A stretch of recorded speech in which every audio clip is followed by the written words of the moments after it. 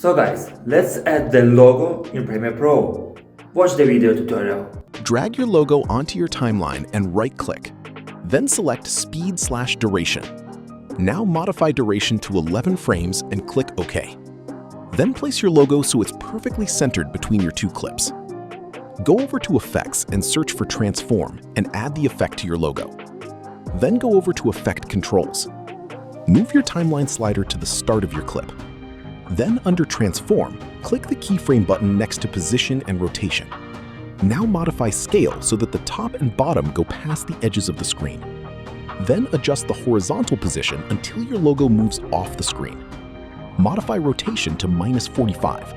Then move your timeline slider to the end of the clip and modify it to 45.